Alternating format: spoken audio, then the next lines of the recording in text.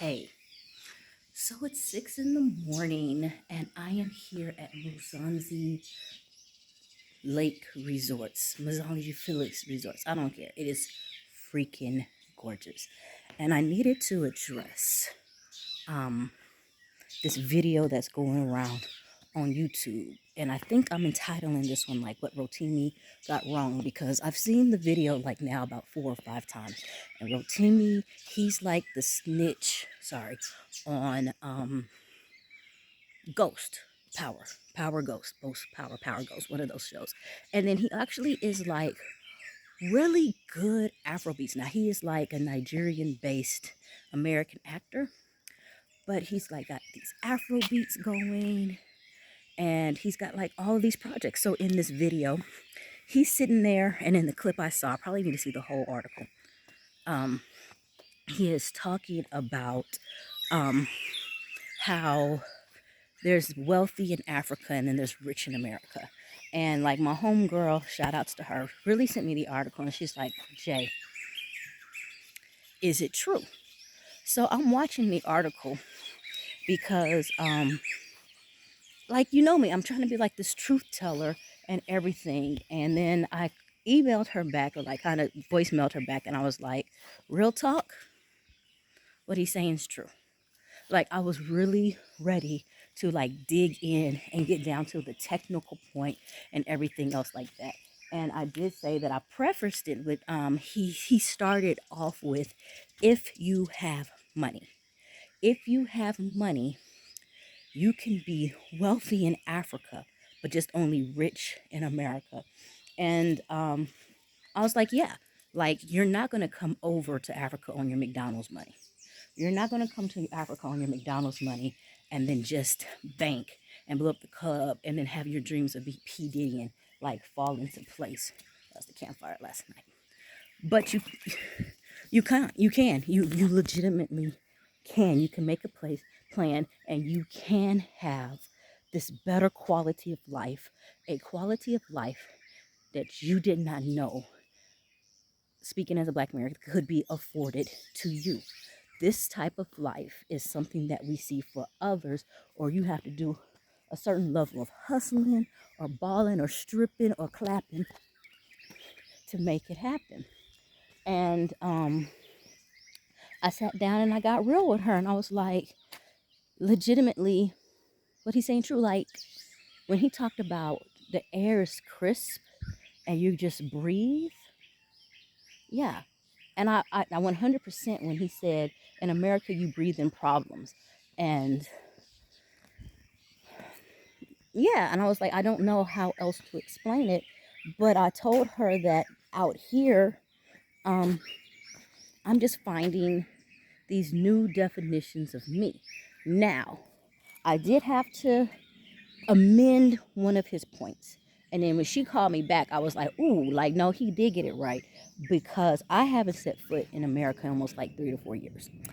But the point that I had to amend is like, just because you move to Africa doesn't take away problems. It doesn't mean that you have a 100% carefree lifestyle and there's absolutely nothing to work with. And she was like, yeah, but you're not dealing with the day-to-days that we get. And I was like, well, tell me what you mean. And when she was breaking down like how now she's filling up her car twice a week, but you have, the boss talking about you need to come do this, you need to do this. You're having to make decisions between this and this. You're constantly like a paycheck from poverty. You are legitimately like a paycheck from poverty. I was like, oh no, you're right. Because the things that I get frustrated about and the things that I'm dealing with, I was like, one, we choose. Like, let's say I'm doing a business deal with somebody, and the way that they're understanding my needs is frustrating. Like, we get frustrated with customer service, we get frustrated with language barriers. And I was like, but legitimately, there is a difference between what you're doing. So one, I don't want this video to be the flex. I want this video to be a moment of truth. so you can put context to some of the things that I'm trying to say, do, or be. This is my morning wake up. You hear it. This is after 7 hours of sleep. You hear it. This is a weekend vacation. I chose it. This is a space I need to be me. I picked it. And what I recognize first is like being 100% real is that when I breathed in America, I breathed in not being a strong enough Black woman. I breathed in what you should be doing. I breathed in why didn't you do these things. I breathed in why is your money not long. I breathed in why are you not investing. I breathed in where are your sky miles. I breathed in what are you doing with your credit. I breathed in your numbers are 620 something versus a 700 such and such. I breathed in what about your student loans. I breathed in you shouldn't be drinking coffee. You should be making yours. I breathe in why are you eating out all the time? Because I don't have time to cook. I'm breathing in why do you need house cleaning help? You should be doing it all yourself. I breathe in. I breathe in so many societal norms of what my life should be, and not enough opportunities to be happy with designing or defining what I want it to be. I breathe in, look at your friend over there, they're doing this. I breathe in, they in a quality relationship, what's going on with you. I breathe in, have you checked your weight? That's why you're not doing such and such. I breathe in, you know there's preservatives in food, you should be eating like this. I breathe in, your diet should be like this. And da, da, da, da. I breathe in, your colon should be cleansed out twice a week. I breathe in, I know that you have a job that is 8 hours, but you really need to do this extra work at home. You need to do this. I breathe in what you doing because I'm about to ruin the evidema style that you used to. And so what I'm saying is like I do remember, like I felt at one point I was getting it everywhere. Like, yo, I can't even see a Facebook status without somebody saying something. And then there's this comparison nature of social media that you just don't mean to fall into. You fall into, I see somebody wanting to do something. What I want to do that. Okay, I have to choose between setting up a vacation or, paying off this debt or whatever. And then there's a quality of some people with the ain't shitness. Like they just don't give a damn. They just, I know but it's like they just don't give a damn. They don't give a damn, and I'm not that person. I'm a person that I do pay attention to everything around me, and I do pay attention and making sure that I'm constantly making good decisions. And this was not the world that was promised to me in the early 1900s. Lord Jesus, I'm old, 1990s. And so I did have to say that when I came out of America, I lost that additional pressures, and I was able to just produce energy around me that one recognized if I was self-inflicting these pressures or if they were authentically, things that I needed to focus on the outside. I have the PTSD of falling back into certain pressures, but I also have the beauty of it's no longer right there. So I pick and choose. I will be 100% honest that I was watching Todrick Hall's Straight Outta Oz, which is like one of the best productions ever, the other day when I was working on the treadmill. And in the midst of it, he has the song These Ain't Water Guns, which is really about police brutality. And it's about, the mass shootings and everything that's going on. This video and production he did is like 9 years old. And he turned around in the thing and said, we are Orlando. And I was like, shit, I forgot about Orlando. Like, for a second, I was like, I forgot about the mass shooting in Orlando at the, LBQ event. Like, has it really been that much that I'm starting to miss and get things mixed up that are these really grand, serious events and just these tragedies but we're losing them because there's so many more. And that is like a lot to deal with. And so I'm about to come down here to the pool. Um, I am noticing that out here I pick and choose my American news. I pick and choose my things to care about, my things to do. And for me and my mother, I'm happy my mother's not burdened down with these stresses. We wake up and find joy. We wake up and have time to sip coffee and talk to each other. We get to reminisce over stories. And like I said, this is not about a flex. This is like almost a blessing and thank you to God, to give you an idea of I am a school teacher. I work remotely online, tutoring and teaching. I, at one point in time, was heavy in administration on the track to be a principal. Quietly, I was working principal duties without the title all the time. And what I had to recognize is in that chase of success, I felt like, or I recognized that I was chasing the position, and not necessarily, I don't even want to say the purpose or the passion, because I do feel like that's some of the stuff that's hyped to you. You must be working in your purpose. You must be working in your passion. No, player, you must be working in, getting an income. You get to decide with your income what you want to do. If you want to turn around and be self, if you want to do whatever, you can. There's different methods to get to what you need to do. I think you should be strategic and know your methods. But out here, because I constantly talk about money, but I need to let it be known. And I told her, like, I work a teaching job. Now, everybody should know teachers are grossly underpaid.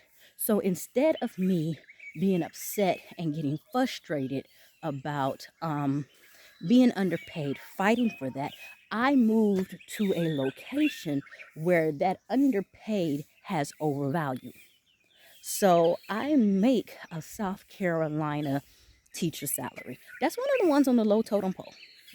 Let's be honest, that's not the best salary to make with a master's degree, with full certification, with 20 years in education. That's what I make. And with that monthly salary, what I have to recognize is one, I chose to be an entrepreneur.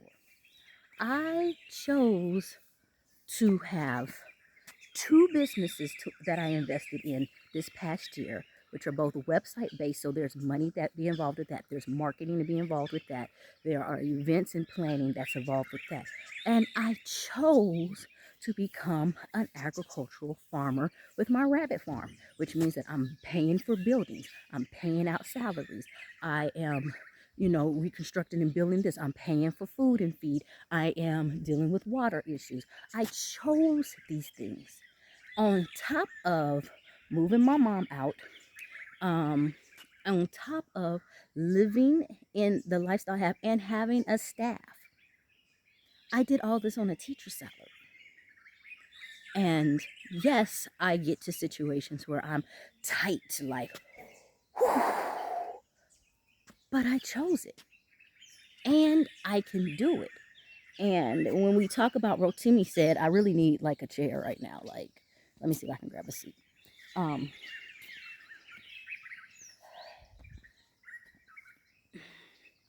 it is. The idea of what Africa already is has been such a lie to us. And I think the bigger lie is what you can attain if you come home. I'm not telling you to move, I'm telling you to visit. I'm telling you to get to places where you can journal without cause, get to places where you can let nature speak the things it needs to speak to you, let you align, let you ground, let you grow, let you experience an ease of not having to pretend or promote what your mask is wearing and be able to find into that space. Like, you should be living life with pieces of peace around. That's very possible. Everything does not have to be a stress level. Everything does not have to be a problem that needs a solution. Not everything. Some things should just be working naturally in what it should be. And this is what I get for being up too early. Because you sleep in, you rest, you get into these spaces. And even now, there's so much going on in my world, in my life, that I'm able to come out and plan and be around beauty. This is Africa. I've said it before, like, this is Africa. This is Africa. I'm doing a whole video on this, but this is Africa. This is a lake here. God, I want to cry. This is emotional, excuse me.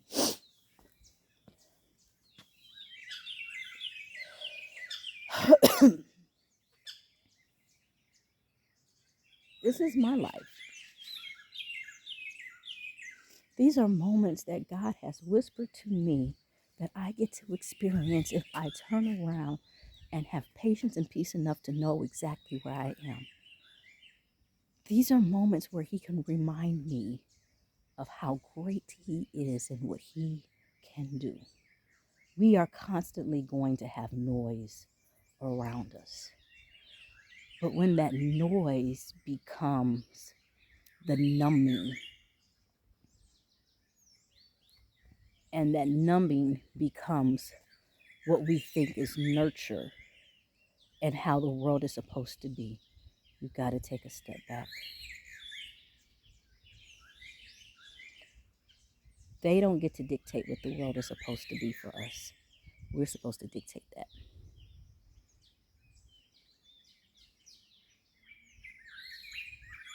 For me, you've worked too hard. To my homegirl, so she can hear this, and I'll tell her to start at 17 minutes. This is what I have to say. So to you, if you're listening, baby, I absolutely love you. And the first piece of misinformation that has been fed to you, to me, is that we were not good enough. Because if you take all the bags and the baggage that we've had to run with, and all the times that incompetent people got to guide our way, and all the times when somebody looked at you and told you you wasn't cute enough, good enough, or you didn't do enough and you weren't worthy, and when you take all that pain that people want to celebrate and be like, girl, you're so strong because you don't know the freaking hell I went through to have to stay in this morning. But when you take all of that, like in training, and people set you out to run a race, when you get to the rest of the world, baby, you Usain Bolt. You have this skill set that is absolutely amazing, that can turn around and push you and persevere you through these obstacles that don't exist in other places. You're freaking amazing. And yes, we've had to work 4 times as hard to get half as far. But we don't know what that's like because we work it every day. So you're absolutely worth the choice of determining what you want the rest of life to be. You've done your 40 years. 40 years and a mule. Well, okay, it was 40 acres. Sorry, forgive me. But like, let's say you've done it. You've done it. At what point in time, all of that is birds, y'all, do you get to say, good? At what time does your God get to say, well done, my strong, faithful, willing servant? Because the thing is, ain't nobody gonna give it to us. Child, they couldn't give us a good relationship. Child, they couldn't give us decent jobs that see our worth. Child, they can't give us a back rub without trying to go in and get a feel for themselves. They can't give us, we have been taught that they're not going to give us anything, and we're constantly asking for the gift. We have constantly asked for the gift to the point where we told you when you can give it to us, how you can give it to us, how you can wrap it up. I am taking my shit. For me, to be honest with you, I love who I am now. When they call me boss or boss lady, it makes me proud. And it ain't the first time I've been called boss or boss lady. I've been called boss lady in the States, but I had to act like I was humble with it or whatever. No, I am a boss lady. I make people's dreams come true. I empower them. I create. I build. And I should not be ashamed or humbled down or bow your head and be proud and, don't let it go to your head. Don't do this. Don't do that. What? I've been in a life of don't do's. But I did it. And I can't be in a space where I can just celebrate all that God gave me the talent to do. You can call it rich, you can call it wealthy, you can put a monetary value to it. For me, I put peace of freaking mind to it. So I have someone who does my laundry. I'm grateful. I have someone who likes to cook for me and this family. I am grateful. I have a house that makes me proud. I'm grateful. I have friends who see me in different light. I am grateful. And there is a space for people who just want to turn around and give gratitude for the blessings they've been given in life. And you can get stuck in America, baby. But America makes you feel like you should be blessed for every little crumb and crumble that you have.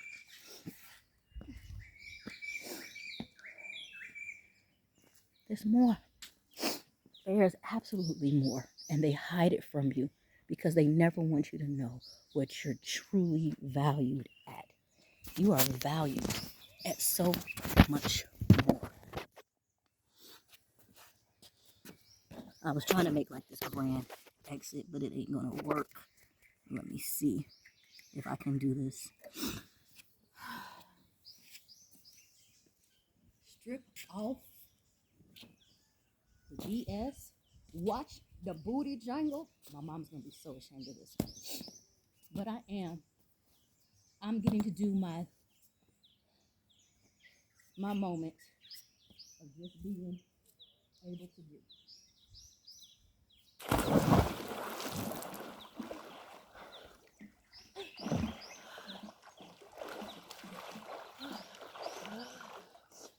Oh, a beautiful morning in Rwanda, Africa. Oh, with birds,